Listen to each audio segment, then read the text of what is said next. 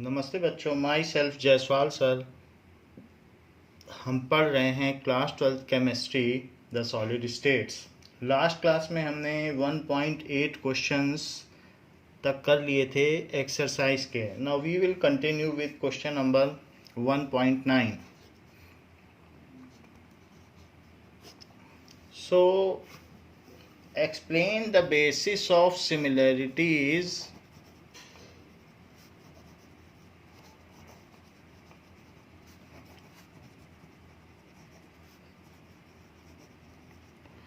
and difference between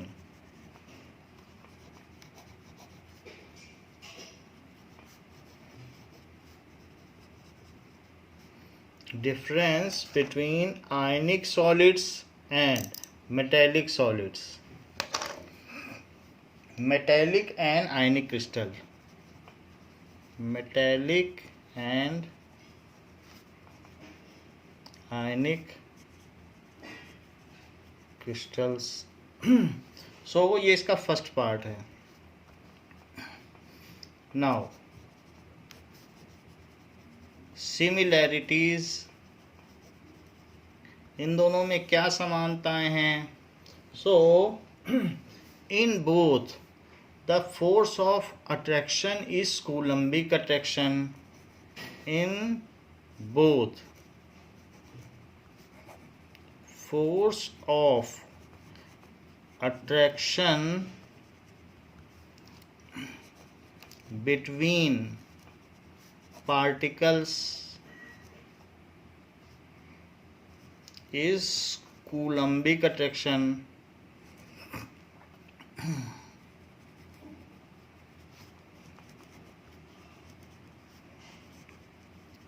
In case of ionic crystal, it is between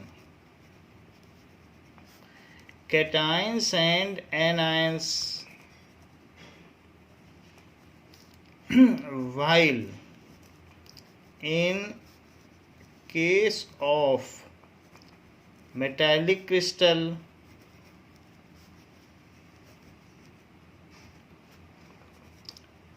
it is between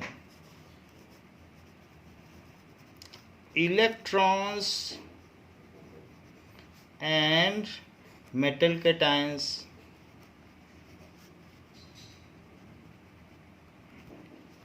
So इस तरीके से होता है. और कूलम्बिक अट्रैक्शन है जो इलेक्ट्रॉन और मेटल कैटायन के बीच में हो, चाहे सोडियम और क्लोराइड आयन के केस में हो, ये नॉन डायरेक्शनल है. इसमें कोई बॉन्ड करके नहीं होता है कि उनके बीच में बॉन्ड है. वो जो क्लोराइड आयन है वो चारों तरफ के सोडियम को अट्रैक्ट करेगा और दूर दूर तक के सोडियम को अट्रैक्ट करेगा. तो कोई इसकी कोई डायरेक्शन नहीं है, इट इज़ डिस्पर्स्ड. और ऐसे ही इलेक्ट्रॉन भी सारे कैटायंस को अट्रैक्ट करेगा, तो कोई एक कूलम्बिक फोर्स तो सभी तरफ लगता है. सो इस तरीके से in both the cases force of attraction, या ये कह सकते हैं कि जो केमिकल बॉन्ड है वो नॉन डायरेक्शनल है. In both cases the force of attraction, या जो बॉन्ड है, is non directional.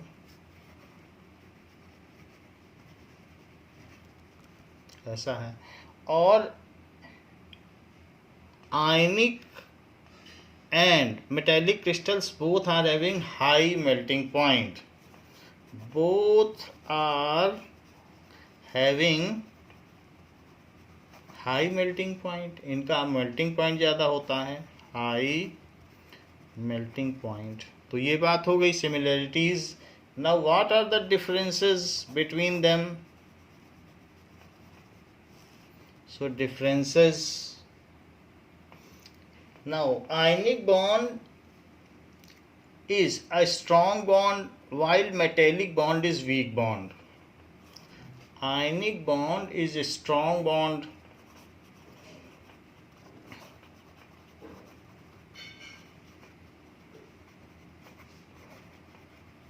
while metallic bond is weak. So the melting point of ionic crystals is higher than metallic crystal. The melting point of ionic crystal is higher than metallic crystals. In ionic crystal, cations and anions, both constituents, are at fixed points. Cations and anions are immovable. So they cannot conduct electricity. Cannot conduct electricity in solid state.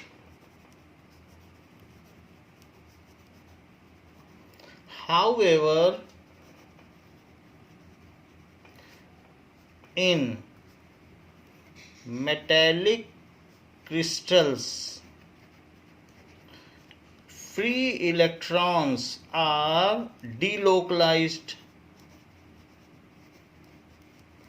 while cations are fixed at lattice points. Cations are fixed at lattice points, so they can conduct electricity in solid state. So they can conduct electricity in solid state.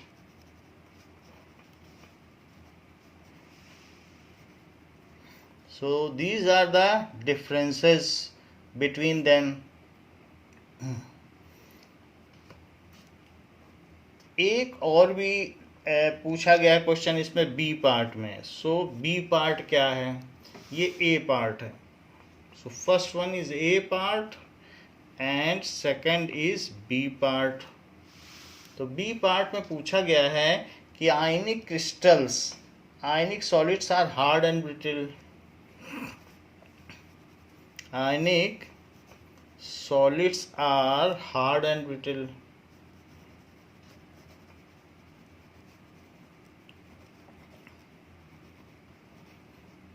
Why? So, in ionic crystal,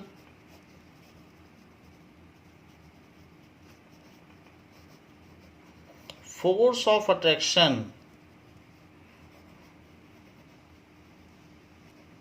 is between cations and anions whose position is fixed. Whose position is fixed. So they are hard.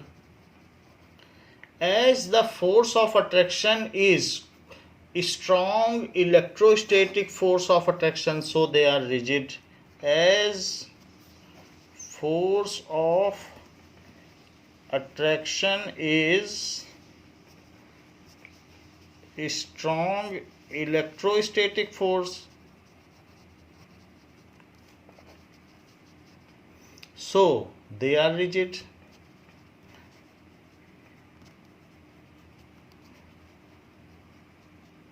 इसलिए उनमें दृढ़ता होती है. अगली बात कही गई है 1.10 क्वेश्चन में कि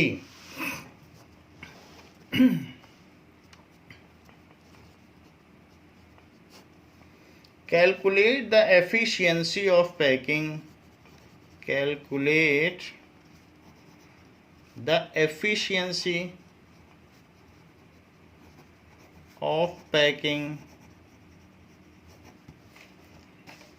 In case of metal crystal, in case of metal crystal, for simple cubic, face centered cubic and body centered cubic, BCC and FCC, हमने इन सभी केसेस में आपको बता दिया है कि इस केस में 52.4% होता है एफिशिएंसी और सेकंड केस में 68% होता है, जबकि FCC के केस में 74% होता है। तो ये चीज़ आप जो पीछे बताए गए वीडियोस हैं उनमें रिफ़र कर सकते हैं कि हमने ये एफिशिएंसी कैसे निकाली है। क्वेश्चन पूछा गया है silver crystal in FCC lattice, silver crystal in FCC lattice, its edge length of the cell is, its edge length of unit cell या cell is 4.07 into 10 to the power minus 8 centimeter and density is 10.5 gram per centimeter cube. Calculate the atomic mass of silver.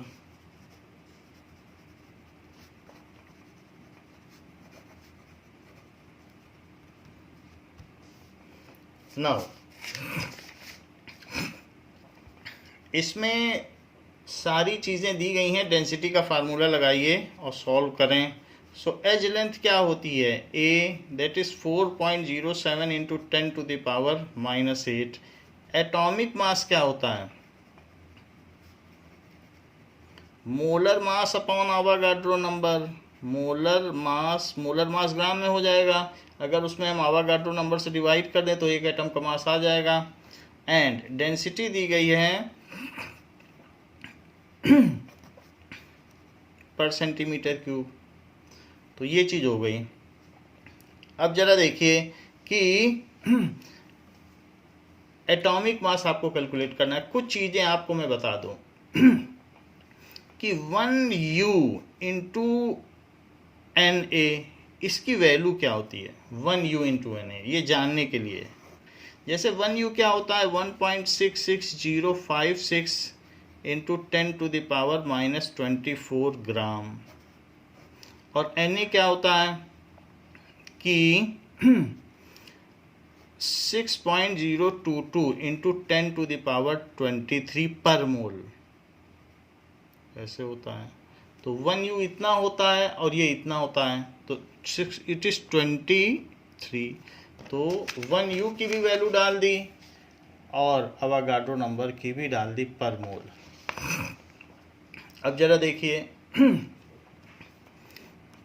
1.66 को अगर आप 6 से करेंगे तो 16 6 या 96, तो it is, और भी करेंगे 1.66 से तो यहाँ पर एग्जैक्ट 10 आता है।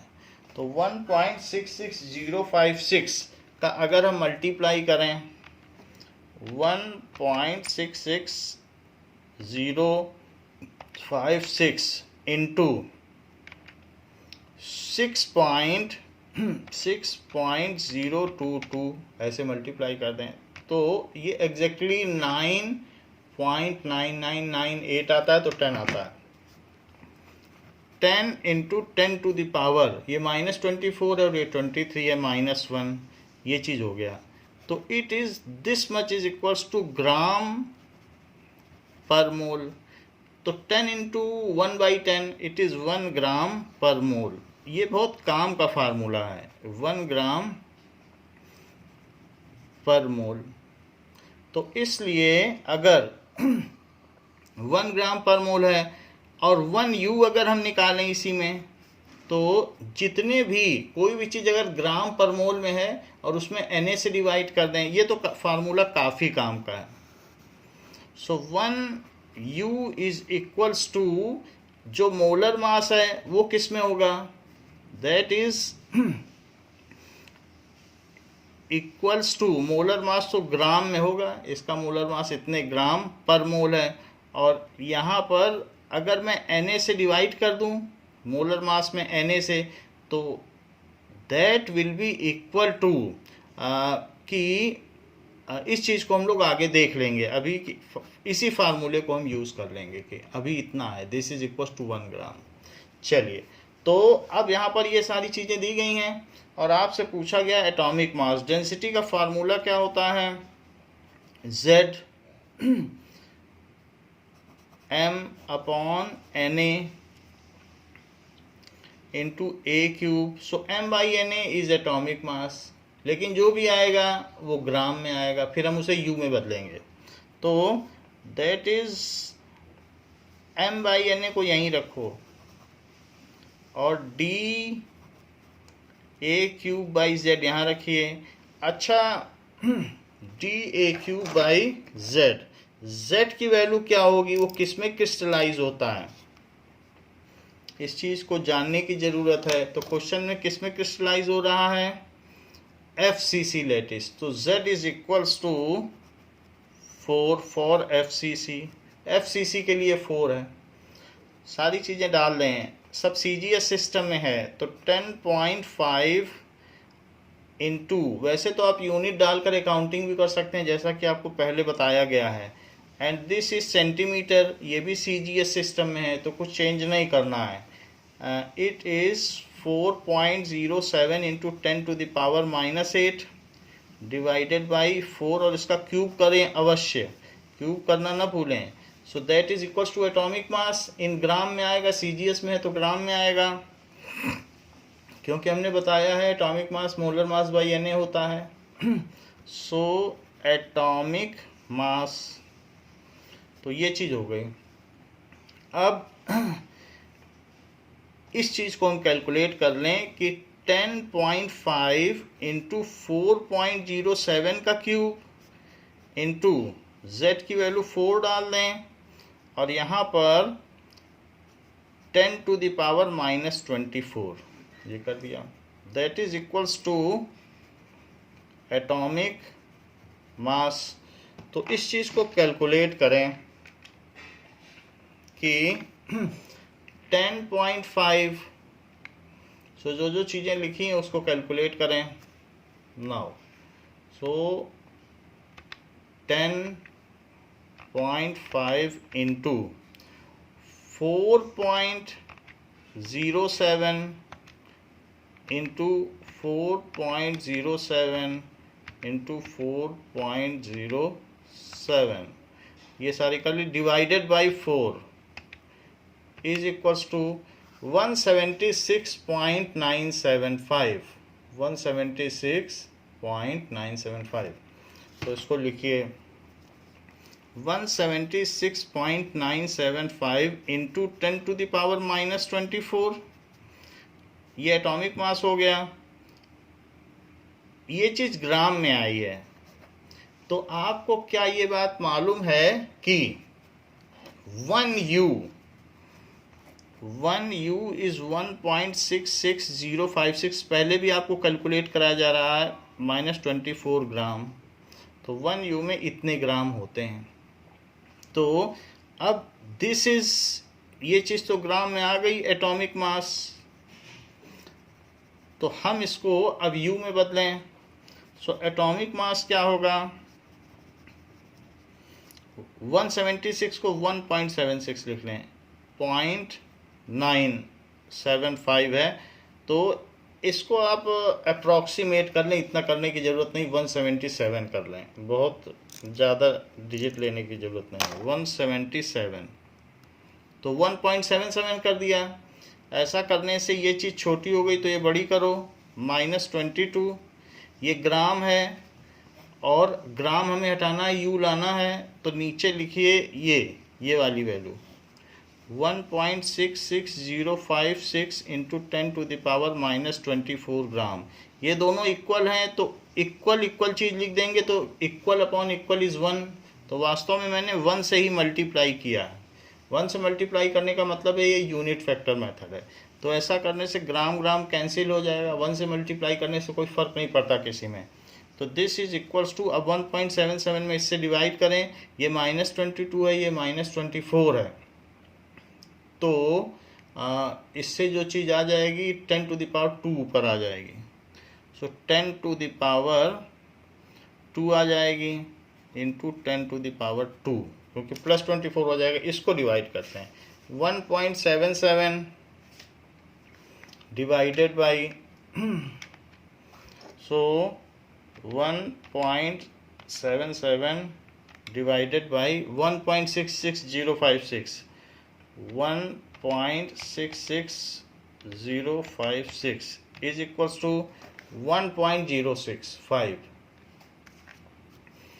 1.065 और इंटू दिस, तो अगर मैं 100 से मल्टीप्लाई कर दूं तो 106.5 U, तो आंसर आ रहा है 106.5 U।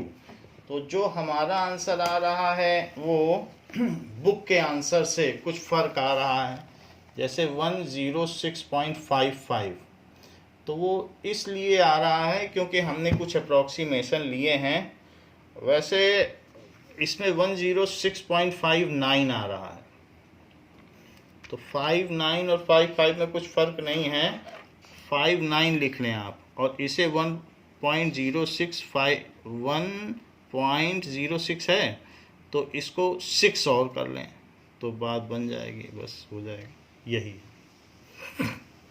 नाउ अब देखें नेक्स्ट क्वेश्चन क्या पूछा गया है कि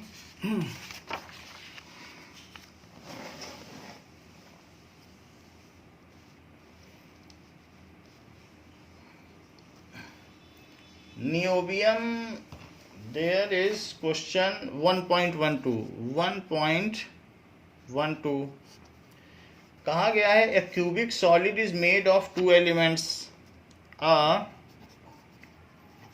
cubic solid is made of 2 elements P and Q, P and Q से बना है, atoms of Q are at the corners,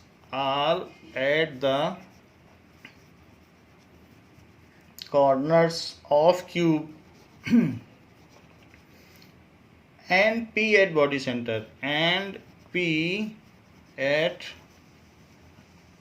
center, What is the formula of compound? What is the formula of compound? What are the coordination number of P and Q? What are the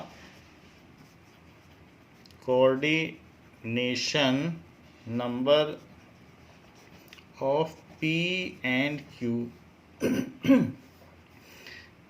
तो देखिए इसमें दो चीज़ें बताई गई हैं कि body centred है, तो बॉडी सेंटर्ड में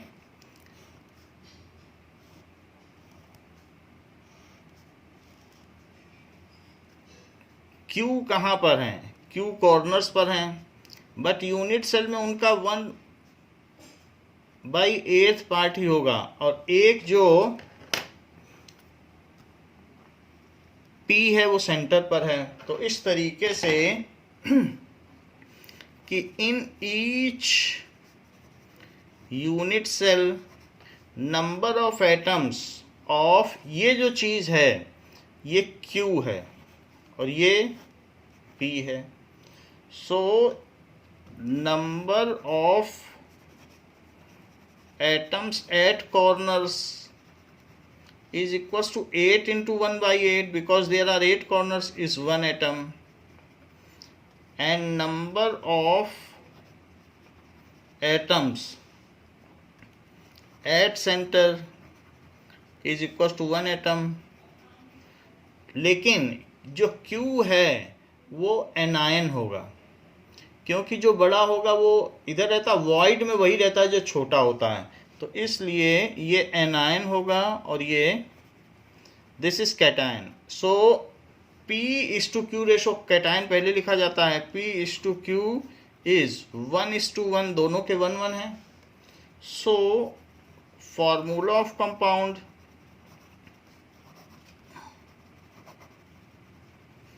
इज इक्वल्स टू PQ. अब ये जो सेंटर का एटम है वो सभी को टच करेगा, बॉडी सेंटर्ड क्यूबिक हमने आपको पहले दिखा दिया है, तो इसलिए coordination number of central atom is 8. जैसे आप स्क्वायर क्लोज पैकिंग करें और हर एक में जो उसकी वॉइड्स है उसमें एक एक, क्योंकि स्क्वायर क्लोज पैकिंग में सब में वॉइड आएगी, और एक एक उसमें पी डालते जाएं यानी कैटायन डालते जाएं, तो सबका कोऑर्डिनेशन नंबर आइडेंटिकल होगा.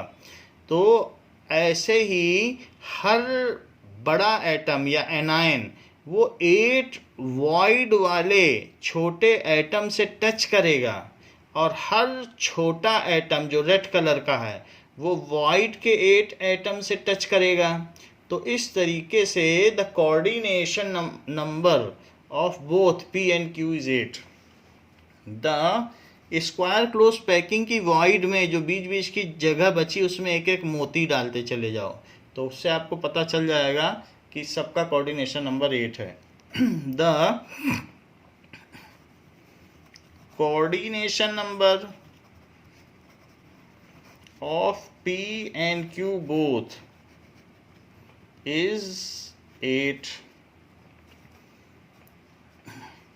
नाउ कहा गया है niobium crystallises in body centred structure. Niobium crystallises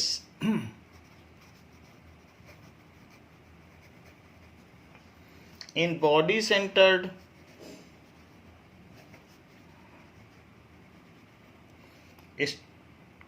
cubic structure. Cubic structure if density is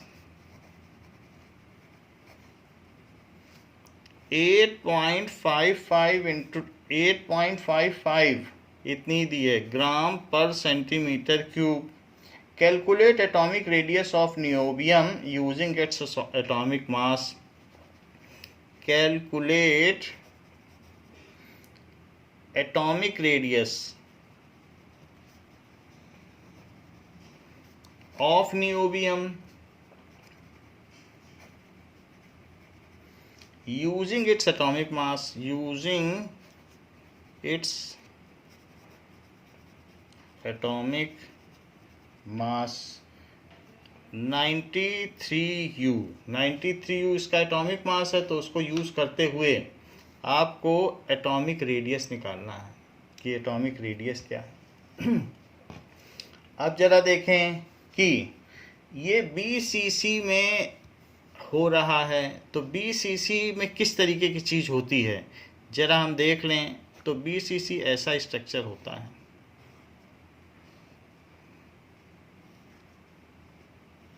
ये, और BCC में बीच में एक एटम होता है और एक एटम कॉर्नर पर होता है और एक एटम इधर कॉर्नर पर होता है, ऐसा होता है. तो ये जो यहाँ पर इसका ये वाला बॉडी डायगोनल है वो कितना होगा. अगर ये A है तो हमने ये कैलकुलेट आपको करा दिया था कि ये A√3 है body diagonal, that is A B C और D, ये बॉडी डायगोनल है.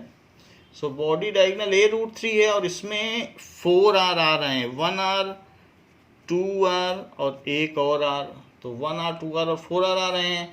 सो इन BCC let side is A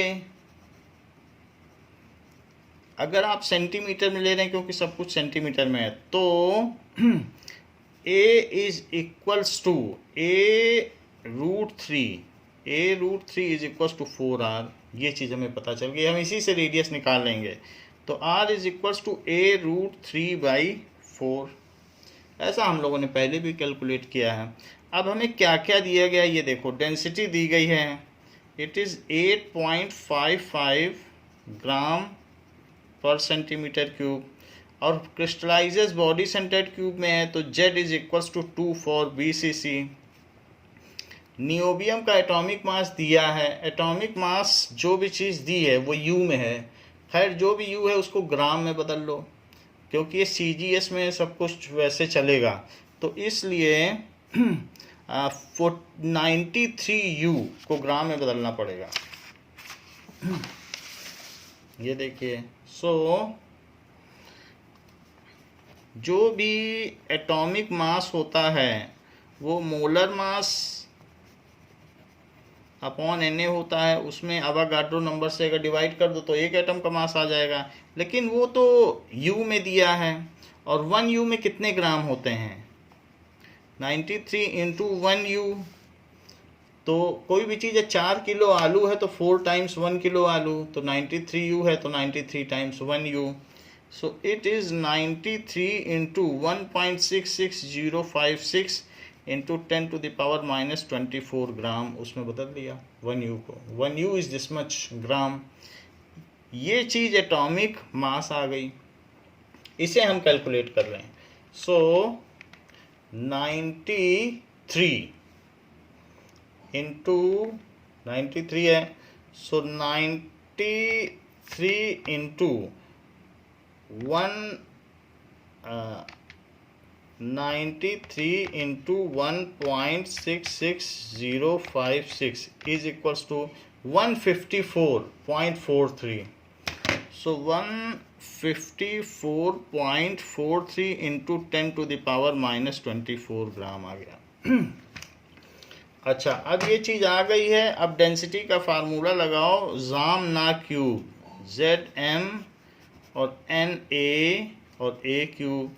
M/Na क्या दिया है, M/Na ही तो एटॉमिक मास है, यहाँ दिखाया है ऊपर, तो ये एटॉमिक मास हो गया। और आपको चीज़ क्या चाहिए, कैलकुलेट इट्स रेडियस, हमें A चाहिए, तो A क्यूब को वहाँ ले जाओ।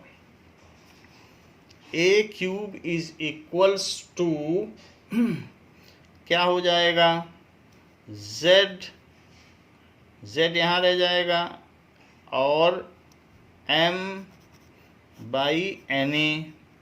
D, this is A cube. So ऐसा कर दिया। Z कितना है 2, M/Na क्या है, यही है M/Na, तो ये लिख दीजिए 154.43 into 10 to the power minus 24, और डेंसिटी कितनी दी गई है 8.55 सब CGS सिस्टम में रखा हुआ है। तो इसको कैलकुलेट करें,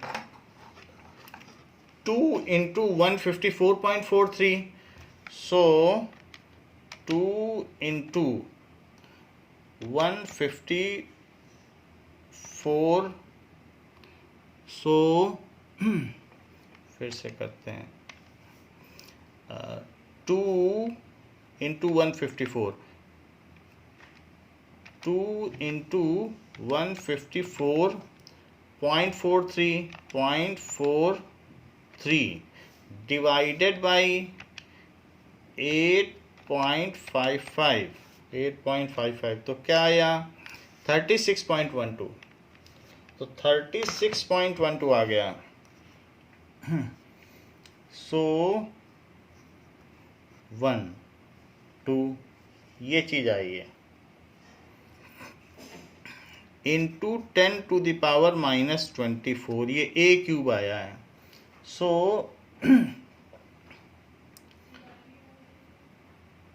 इतनी चीज़ आ गई। नाउ अब इसमें आप क्या करें, ये 36.1 है, तो A is equals to cube root निकालना पड़ेगा 36.1 इंटू 10⁻⁻24। तो हम जानते हैं कि 3 का क्यूब क्या है 27 और 4 का क्यूब क्या है 64। तो इसके बीच में ये कहीं लाई करेगा। तो आप इसमें 3 क्यूब तो दिया ही हुआ है, 3 क्यूब इतना है। तो आप कुछ काम करिए कि एक काम कर सकते हैं कि 3.5 का क्यूब निकाल लीजिए। तो हमें ये पता चल जाएगा कि अल्टीमेटली ये किसके ज़्यादा पास लाई करता है। सो 3.5, वैसे इसका लॉगरिदमिक मेथड भी है, हम टेबल से आपको करवा देंगे। सो जैसे 3.5 into 3.5 into 3.5 is equals to, तो ये 42.8 है, यानी ये 42.8 से भी कम आ रहा है। तो इसलिए ये जो वैल्यू है ये 27 और 42 के बीच लाई कर रही है। तो यानी 3 और 3.5 के बीच लाई कर रही है। तो एग्जैक्टली इसके बीच जो लाई करेगी, आप 3.33 का निकालेंगे, सो इट विल बी 36.1, ये एग्जैक्ट आ जाएगा। और इंटू 10⁻⁻8 इसका क्यूब रूट निकाला गया। So this is the dimension. तो ये डायमेंशन हो गई सेंटीमीटर में। और रेडियस क्या होता है, अभी पीछे आपको बताया, radius is equals to a√3/4। So radius is a√3/4। So it is 3.33 into 10⁻⁻8 into √3 1.732 और डिवाइडेड बाई 4। तो जो 3.33 है उसमें आप क्या करें, 3.33 into 1.732 1.732 divided by 4 is equals to 1.44. So 1.44 into 10⁻⁻8 ये चीज़ हो गई। अगर इसको बड़ा कर दो 14.4 तो ये चीज़ छोटी हो जाएगी। तो मान लीजिए 1.44 हमारे पास आ गया है। इट इज़ रेडियस भी आया है, तो ये किस चीज़ में आया है, ये सेंटीमीटर में आया है, सेंटीमीटर में आ गया। तो ये सब सेंटीमीटर में ही है। तो हमने इसको बड़ा कर दिया, ये छोटा हो गया 14.4, ये सेंटीमीटर में होगा। अगर आप इसे मीटर में बदलना चाहें तो फिर आपको क्या करना पड़ेगा, सेंटीमीटर है तो 100 सेंटीमीटर और 1 मीटर। ऐसा करने से सेंटीमीटर सेंटीमीटर कट जाएगा और 0.144 इंटू 10⁻⁻9 मीटर, जो कि 0.144 नैनोमीटर हो जाएगा। तो आप नैनोमीटर में बदल सकते हैं कि इस तरीके से ये वैल्यू आ जाएगी। बाकी जो बुक है उसमें आंसर गड़बड़ दिया हुआ है, क्योंकि सेंटीमीटर से इन्होंने सीधा नैनोमीटर में बदल दिया है, जो कि ऐसा नहीं हो सकता कि आप सीधे इसको बदल दें तो नैनोमीटर बन जाए। सेंटीमीटर से नैनोमीटर नहीं बदलता है। तो मैंने आपको करेक्ट प्रोसीजर बता दिया है, सेंटीमीटर से पहले मीटर में बदला, फिर नैनोमीटर में बदला जा सकता है। So this is the answer. तो बच्चों इस क्लास के लिए इतना ही, इसके आगे क्वेश्चन अगले क्लास में कराए जाएंगे। थैंक यू बच्चों।